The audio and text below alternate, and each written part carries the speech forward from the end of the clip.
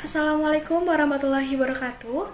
Kami dari kelompok 5 yang beranggotakan saya sendiri, Wulandari Ardianiar, kemudian dari teman saya, Pipit Fitriana, Titi Rumkit Margani, Intan Ayu Nuriski, Andi Ramadona, dan juga Valentine Media Putri. Di sini kami akan menjelaskan tentang apa sih itu model pembelajaran immerse dan juga network. Untuk materi yang pertama, saya akan menjelaskan tentang apa sih itu pembelajaran terpadu. Pembelajaran terpadu adalah pembelajaran yang mengintegrasikan berbagai aspek dalam pembelajaran dengan menggunakan pendekatan tematik. Dan untuk mencapai aspek perkembangan anak dengan optimal, materi yang disampaikan dan dijelaskan itu harus berdasarkan tema dan subtema. Oleh karena itu, pembelajaran terpadu merupakan salah satu pendekatan yang digunakan di dalam pembelajaran yang menekankan pada perancangan dan pelaksanaan pembelajaran secara holistik berdasarkan desain kurikulum terpadu yang direncanakan. Untuk materi selanjutnya, saya akan menjelaskan tentang pembelajaran terpadu model immerse. Model immerse ini merupakan suatu model yang dirancang untuk membantu siswa dalam menyaring dan memadukan berbagai pengalaman dan pengetahuan dihubungkan dengan medan pemakaiannya. Model immerse ini adalah model pembelajaran terpadu yang berpusat untuk memadukan kebutuhan para siswa, di mana mereka akan melihat apa yang dipelajarinya dari minat dan pengalaman mereka sendiri. Keterpaduan secara internal dan intrinsik dicapai oleh siswa yang belajar dengan sedikit atau tanpa intervensi dari luar atau ekstrinsik. Setiap individu memadukan semua data, ide-ide melalui bidang yang sangat diminatinya. Selanjutnya, materi akan dipaparkan oleh saya, yaitu tentang prinsip model immersion. Prinsip model immersion itu ada dua, yaitu ada prinsip penggalian tema, ada prinsip pengelolaan KBM. Prinsip penggalian tema itu merupakan prinsip utama atau fokus dalam pembelajaran tematik. Artinya, tema-tema yang saling tumpang tindih dan ada keterkaitan menjadi target utama dalam pembelajaran. Nah, selanjutnya itu ada prinsip pengelolaan KBM, yaitu ada dua, prinsip evaluasi dan prinsip reaksi. Prinsip evaluasi itu memberikan kesempatan kepada siswa untuk melakukan evaluasi sendiri, dan prinsip reaksi itu ada dampak pengiring yang penting bagi perilaku secara sadar belum tersentuh oleh guru atau dalam KBM. Nah, materi selanjutnya yaitu ada langkah-langkah pembelajaran terpadu model immersion. Yang pertama itu ada tahap perencanaan. Tahap perencanaan itu menetapkan tujuan atau melaksanakan serangkaian tujuan. Yang kedua itu merumuskan keadaan saat ini atau sekarang. Yang ketiga itu mengidentifikasikan segala kemudahan dan segala hambatan yang terjadi. Yang keempat itu ada mengembangkan rencana ataupun serangkaian kegiatan untuk mencapai tujuan. Yang kedua itu ada tahap pelaksanaan. Tahap pelaksanaan itu artinya guru harus melaksanakan pembelajaran dengan RPP yang sudah disusun bersama, dan siswa juga diupayakan dapat menjalankan proses pembelajaran dengan natural. Nah, yang terakhir itu ada evaluasi atau tahap evaluasi, yaitu proses identifikasi untuk mengukur atau menilai apakah sebuah kegiatan itu dapat sesuai dengan perencanaan atau mencapai tujuan atau tidak. Penerapan pembelajaran terpadu model immerse. Model immerse adalah model pembelajaran yang melibatkan beberapa mata pelajaran di dalam satu proyek.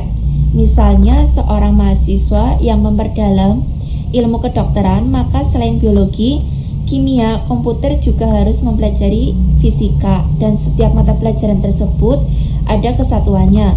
Model ini dapat pula diterapkan pada siswa sekolah dasar, SMP maupun SMA dalam bentuk proyek di akhir semester.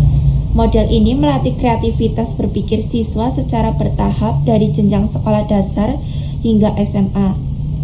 Bagi siswa kelas 4 SD, model ini dapat dilaksanakan pada hari HUT RI, misalnya dengan merancang sebuah pesawat terbang yang seimbang, lalu dipamerkan. Penerapan lainnya bagi siswa kelas 5 SD, misalnya pada materi pencemaran udara dapat dijelaskan pada materi pelajaran IPA, PKN, Bahasa Indonesia, dan Seni Rupa. Materi tersebut membahas tentang IPA yaitu pernapasan pada manusia. Untuk mata pelajaran PKN yaitu peraturan pemerintah. Untuk Bahasa Indonesia yaitu dengan menceritakan hasil pengamatan. Dan yang terakhir untuk mata pelajaran Seni Rupa yaitu dengan membuat pose sederhana. Kelebihan model Immerse.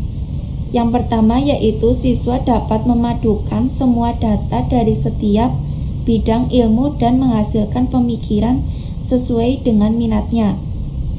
Kemudian yang kedua yaitu siswa dapat mengembangkan konsep-konsep kunci secara terus-menerus sehingga terjadi proses internalisasi. Untuk yang ketiga yaitu siswa dapat membenamkan ide-ide beberapa bidang studi yang memungkinkan siswa mengkaji, mengkonseptualisasi, memperbaiki, serta mengasimilasi ide-ide secara terus-menerus. Saya Valentina Media Putri Pertiwi, NIM 063. Saya akan memaparkan materi selanjutnya yaitu mengenai kekurangan pembelajaran terpadu model Immerse, yakni sebagai berikut. 1. Penyaringan semua gagasan melalui cara pandang tunggal yang sempit dapat menimbulkan terlalu prematur atau terlalu tajamnya sebuah fokus. Agar dimensi sudut pandang siswa menjadi lebih dalam, diperlukan pengalaman dan pengetahuan yang luas. Keadaan ini tentu cukup sulit dipenuhi oleh siswa pada jenjang pendidikan dasar. Yang kedua, model pembelajaran terpadu model Immerse menekankan pada penggabungan pengetahuan pada beberapa bidang studi berbeda untuk membahas suatu masalah khusus. Keadaan ini berpotensi untuk mempersempit cakupan pemikiran siswa terhadap bidang-bidang studi tertentu. Yang ketiga, pada jenjang pendidikan dasar, keluasan wawasan pemikiran siswa merupakan hal semestinya ditekankan, tidak perlu terburu-buru untuk mengkhususkannya. Nah, kemudian memasuki pada model pembelajaran terpadu network. Apa sih pengertian model network itu? Model network dalam model pembelajaran terpadu merupakan sumber masukan eksternal yang berkelanjutan. Model ini seterusnya akan memberikan ide-ide baru dan ide-ide ekstrapolasi atau ide yang halus. Jaringan profesional peserta didik biasanya tumbuh di arah yang jelas dan kadang-kadang tidak begitu jelas. Dalam pencarian pengetahuannya, peserta didik bergantung pada jaringan ini sebagai sumber informasi utama dan mereka harus menyaring melalui sudut pandang mereka sendiri sesuai dengan keahlian dan minat yang mereka miliki. Assalamualaikum warahmatullahi wabarakatuh. Saya Intan Ayu Nuriski. Di sini saya akan menjelaskan mengenai penerapan model networked. Jadi, model networked ini model pembelajaran berupa kerjasama antara peserta didik dengan seorang ahli dalam mencari data, keterangan, ataupun yang lainnya yang berhubungan dengan mata pelajaran yang disukainya. Untuk mencari data dan informasi bisa melalui internet, kemudian koran, ataupun yang lainnya.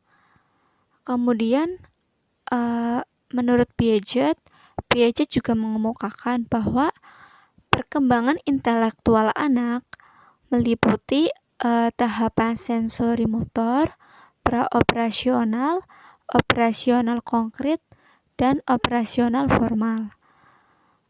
Anak-anak pada usia 2-8 tahun berada pada tahapan praoperasional dan operasional konkret, sehingga kita sebagai calon guru harus merujuk pada teori ini.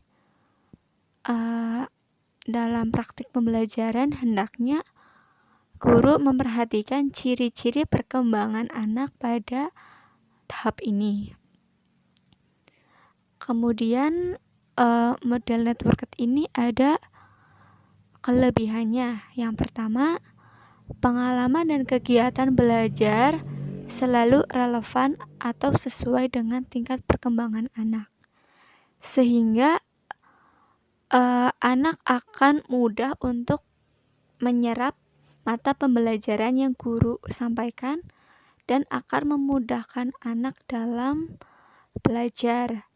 Yang kedua, kegiatan yang dipilih sesuai dengan minat dan bakat, sehingga anak bisa mengasah antara minat dan bakat yang dimilikinya dalam kegiatan ekstrakurikuler yang dipilih. Yang ketiga, kegiatan belajar lebih bermakna, sehingga ketika kegiatan pembelajaran berlangsung, anak atau peserta didik tidak akan merasa bosan. Ya, selanjutnya di sini saya akan menjelaskan mengenai kelemahan dari pembelajaran terpadu metode network. Nah, poin pertama kelemahannya itu metode ini atau metode network ini sangat mudah untuk mendapatkan isi acak ke dalam salah satu ide sampingnya. Lalu yang kedua, bahwa model jaringan ini jika dibawa ke ekstrim dapat menyebarkan minat yang terlalu tipis dan tidak berkonsentrasi atau memecahkan perhatian peserta didik, sehingga upaya-upaya pengajaran yang telah dilakukan tidak akan efektif. Selain itu, motivasi anak akan berubah sehingga kedalaman materi pelajaran akan menjadi dangkal secara tidak sengaja karena mendapatkan hambatan dalam mencari sumber. Nah, selanjutnya untuk mengenai kesimpulan dari model pembelajaran terpadu immersive dan network itu, pembelajaran terpadu model immersive adalah suatu pembelajaran yang menggunakan pendekatan inter atau antar disiplin ilmu, di mana siswa dapat memandukan semua data setiap bidang ilmu dan menghasilkan pemikiran sesuai dengan bidang minatnya untuk diterapkan dalam kehidupan sehari-hari. Langkah-langkah pembelajaran terpadu model immersive ini ada 3 tahap, yaitu perencanaan dan pelaksanaan dan evaluasi. Nah, lalu untuk pembelajaran terpadu model network merupakan model pembelajaran berupa kerjasama antar siswa dengan seorang ahli dalam mencari data, keterangan atau lainnya, sehubung dengan mata pelajaran yang disukainya atau yang diminatinya, sehingga siswa secara tidak langsung mencari tahu dari berbagai sumber. Model network ini mirip dengan sinyal satelit yang bertebaran dan menerima sinyal dari berbagai arah.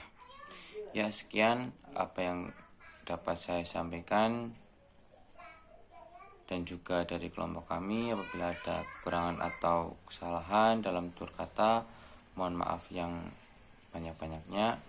Wassalamualaikum warahmatullahi wabarakatuh.